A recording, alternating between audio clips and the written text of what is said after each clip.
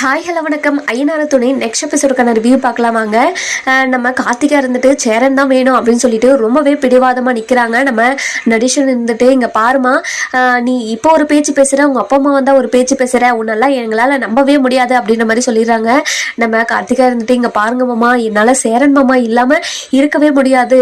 நானும் இருக்கணும்னு எவ்வளவோ ட்ரை பண்ணி பார்த்துட்டேன், ஆனால் கடைசி நேரம் வரைக்கும் என்னால் முடியல, அதனால தான் நான் வந்துட்டேன் அப்படின்ற மாதிரி நம்ம நடிசன் கிட்ட சொல்லுவோம். நடிசன் இருந்துட்டு நம்ம சேரன் கிட்ட, சேரா இப்ப போய் ரெடி ஆயிட்டு வாடா, உனக்கு நான் தாலி எடுத்து கொடுக்குறேன், நீ வந்து கார்த்திகால கழுத்துல தாலி கட்டுற அப்படின்ற மாதிரி சொல்லிடுறாங்க. நம்ம சேரனும் ரெடியாகி வந்துடுறாங்க. நம்ம சேரன் கிட்ட தாலியை கொடுக்கவும் நம்ம சேரன் வந்துட்டு கார்த்திகா கழுத்துல தாலி கட்ட போறாரு. அந்த நேரம் பார்த்து நம்ம கஸ்தூரியும் உள்ள வந்துடுறாங்க. உள்ள வந்த உடனே நம்ம கார்த்திகா இருக்கிற நிலைமைய பார்த்துட்டு பயங்கரமா ஷாக் ஆயிடுறாங்க. இங்க பாரு கார்த்திகா, என் தலையில இடிய தூக்கி போடாதடி, ஒழுங்கு மரியாதை என் கூட வாடி அப்படின்னு சொல்லிட்டு நம்ம கார்த்திகா கூப்பிடுவோம். கார்த்திகா இருந்துட்டு இங்க பாருமா, இனிமே நீ என்ன மிரட்டினாலும் நீ என்ன சொன்னாலும் நான் உன் கூட வரப்போறதில்ல, இனிமே நான் சேரன் மாமா கூட தான் இருக்க போறேன் அப்படின்ற மாதிரி ரொம்பவே தைரியமா நம்ம கஸ்தூரி கிட்ட சொல்லுவோம். கஸ்தூரி ரொம்பவே பயங்கரமா ஷாக் ஆயிடுறாங்க. என் பொண்ணு இப்படியெல்லாம் பேசுமா அப்படின்ற மாதிரி ஷாக் ஆயிடுறாங்க. ஊரெல்லாம் கூடி வீட்டான நின்றுட்டு இருக்கே, மாப்பிள்ளை வீட்டுக்காரெல்லாம் வந்துட்டாங்களே, அவங்களுக்கு என்னெல்லாம் பதில் சொல்றது அப்படின்னு சொல்லிட்டு பயங்கரமா மனசுக்குள்ளே ஒரு போராட்டத்துல இருக்காங்க. அதுக்கப்புறம் என்ன, நம்ம கஸ்தூரி இருந்துட்டு நம்ம கார்த்திகா கிட்ட பேசி பிரயோஜனமே இல்லைன்னு சொல்லிட்டு தெரிஞ்சுக்கிறாங்க. அதுக்கப்புறம் என்ன, நம்ம சேரனை உள்ள கூப்பிடுறாங்க. உள்ள கூட்டிட்டு போய் நம்ம சேரனுக்கிட்ட இருந்துட்டு என் பொண்ணு விட்டுருப்பா அப்படின்னு சொல்லிட்டு ரொம்பவே சாஃப்டா பேசவும் நம்ம சேரன் இருந்துட்டு அமைதியாவே இருக்காரு.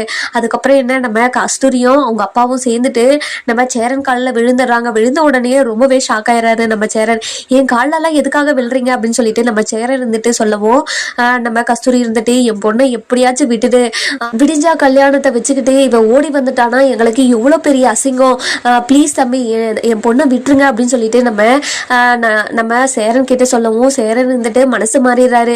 ஒரு முட்டாள்தனமான முடிவு எடுத்துடுறாரு. என்னன்னா, நம்ம கார்த்திகாவை விட்டு கொடுத்துட்றாரு. நான் உங்க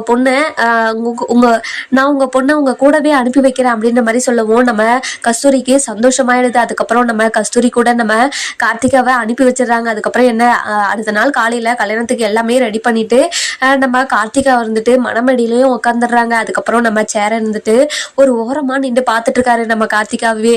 நம்ம கார்த்திகா தன்னை விட்டு போறாளே அப்படின்னு சொல்லிட்டு ரொம்பவே அழுதுகிட்டே நம்ம கார்த்திகாவை பார்த்துட்டு இருக்காங்க. அந்த கார்த்திகா இருந்துட்டு இந்த கல்யாணம் எப்படியாச்சும் நிக்காதா அப்படின்னு சொல்லிட்டு யோசிச்சுட்டு இருக்காங்க. நம்ம கார்த்திகா சார் நினைக்கிறது நடக்குமா நடக்காதான்னு சொல்லிட்டு நம்ம வர எபிசோட்ல பார்க்கலாம். இந்த வீடியோ உங்களுக்கு பிடிச்சிருந்தா லைக் பண்ணுங்க, சப்ஸ்கிரைப் பண்ணுங்க, மறக்காம பெல் ஐகானையும் கிளிக் பண்ணிக்கோங்க.